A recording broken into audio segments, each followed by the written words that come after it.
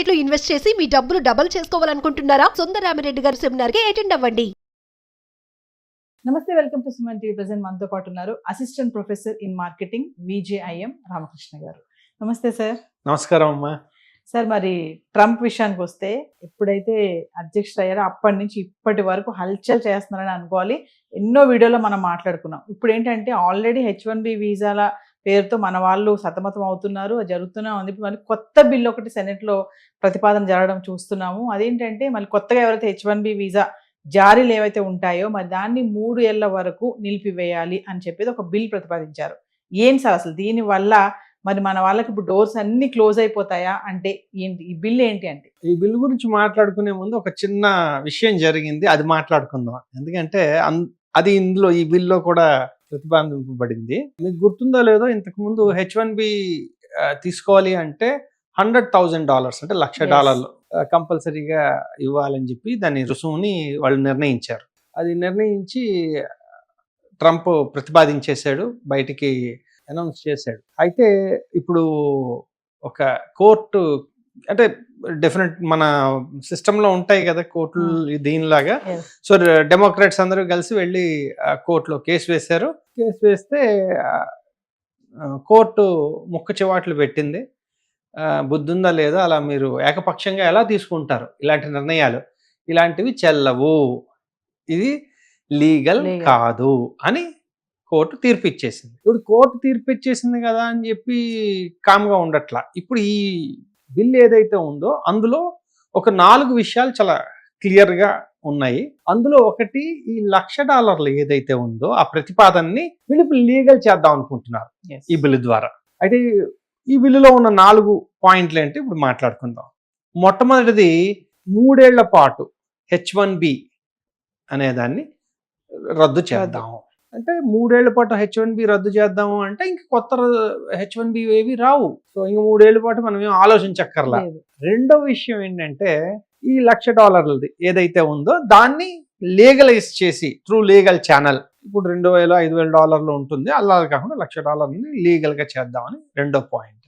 మూడో ప్రతిపాదన ఏంటంటే, ఇంతకుముందు H1B స్టేటస్లో ఉన్న వాళ్ళు కూడా ఫెడరల్ జాబ్స్ చేయొచ్చు. ఫెడరల్ జాబ్స్ అంటే మన దానిలో గవర్నమెంట్ జాబ్స్ లాంటివి చేయొచ్చు. ఇప్పుడు ఆ అవకాశం లేదు. ఆ ఫెడరల్ జాబ్స్కి అనర్హులు అని ప్రకటించారు.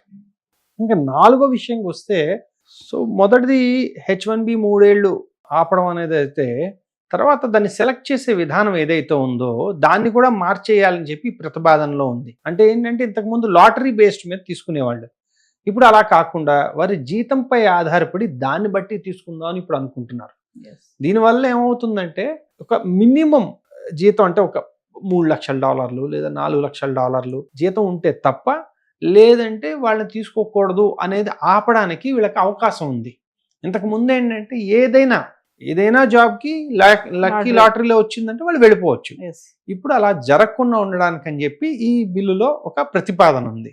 శాలరీ బేస్డ్ అంటే ఇంకా క్లియర్గా, ఇంకా ఎవరు పడితే వాళ్ళు ఇందులోకి రావడానికి వీలు లేదు అనేదాన్ని చాలా క్లియర్గా చేద్దామని, ఒక ఫ్రేమ్వర్క్ లో పెడదామని వాడి ఉద్దేశం. ఇలాగ 4 మేజర్ ప్రతిపాదనలతో ఉన్న బిల్లు ఇది. ఇప్పుడు మనకు వచ్చిన చిక్కు ఏంటంటే, అందరూ ఓదరగొట్టేస్తారు, అమ్మో బిల్లు వచ్చేసింది, లేదంటే అమ్మో ఇది అయిపోయింది, అమ్మో అది అయిపోయిందని. మనం కూలంకషంగా చూడాలి అసలు ఇది ఓకే, బిల్లు ప్రవేశపెట్టారు, ఇల్లు అలగ్గానే పండగ కాదు కదండి, అది ఆమోదం చెందాలి కదా. ఇప్పుడు ఆమోదం చెందాలి అంటే అక్కడున్న పరిస్థితులు ఏంటి అంటే, అక్కడ సెనేట్లో 100 మంది ఉండేది సెనేట్ వాళ్ళకి స్ట్రెంగ్త్. అందులో 53 రిపబ్లికన్స్ ఉన్నారు, 47 డెమోక్రాట్స్ ఉన్నారు.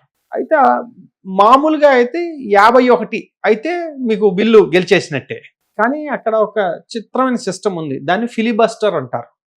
ఫిలిబస్టర్ అంటే, ఇప్పుడు రిపబ్లికన్స్ ఏదో ప్రవేశపెట్టారు, డెమోక్రాటిక్ నచ్చలేదు, వాడు అక్కడ నించుని ఇంకా అలా మాట్లాడుతూనే ఉంటాడు. ఆ బిల్లుని వేగగొట్టడానికి వీడు ఎలా అయినా మాట్లాడతాడు. అయితే అది జరగకుండా ఉండాలి అంటే వీళ్ళకి 60 ఓట్లు కావాలి. 60 ఓట్లు ఉంటే కానీ వీళ్ళు ఈ బిల్లుని సెనేట్లో పాస్ చేయడం కష్టం. ఓకే అండి. అదీగాక ఇప్పుడు 53 మంది రిపబ్లికన్స్ ఉన్నారు, 53 మంది దీని మీద చాలా సుముఖంగా ఉన్నారా అంటే అక్కడ కూడా విభిన్నమైన స్వరాలు వినబడుతున్నాయి. ఎస్.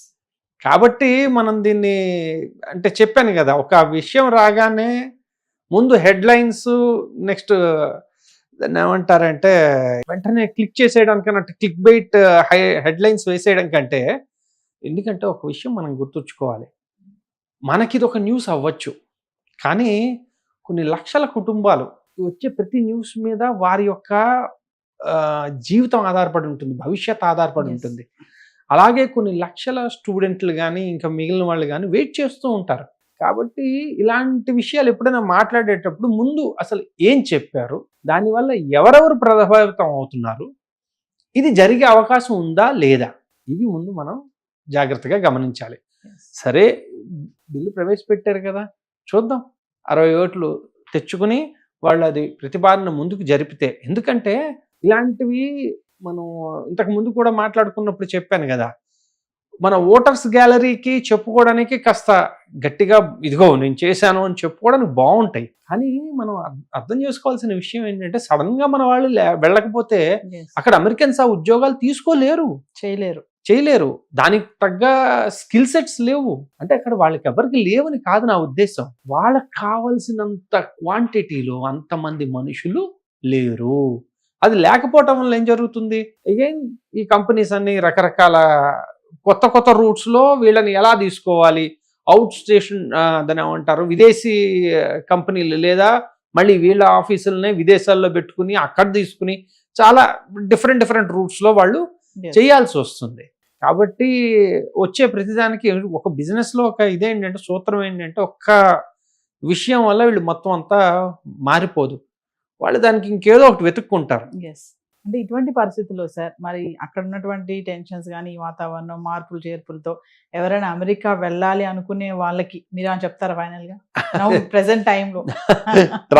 ట్రంప్ ఉన్నంత కాలం ఓకే, అమెరికాకి వెళ్ళడం అనేది కొంచెం రిస్క్తో కూడుకున్న విషయమే. ఎందుకంటే వాళ్ళు ఏ క్షణాన్ని ఎలాగ ఇది రూల్స్ మారుతున్నాయో అర్థం కావట్లేదు. కాబట్టి నాకేం పర్వాలేదు అనే ఒక సెక్యూర్డ్ బేస్ ఉన్న వాళ్ళు అయితే హ్యాపీగా వెళ్ళొచ్చు. అంతేగాని ఇప్పుడు చాలా మంది లోన్స్ తీసుకుని లేదా ఆస్తులు అమ్మేసుకుని వెళ్దాం అనుకుంటారు కదా, ఇది సరైన సమయం కాదు. ఎందుకంటే ఇది ఒక్కటే కాదు, ఒక దాన్ని ఏమంటారు ఇమిగ్రేషన్ ఆస్పెక్ట్ ఒక్కటే కాదు, right now there are lot of wars going on, చాలా అస్థిమితంగా ఉంది ప్రపంచం. ఇలాంటి సమయంలో మనం పెద్ద డెసిషన్స్ తీసుకోవడం అయితే ఉత్తమం కాదు అనేది నా భావన. Thank you sir.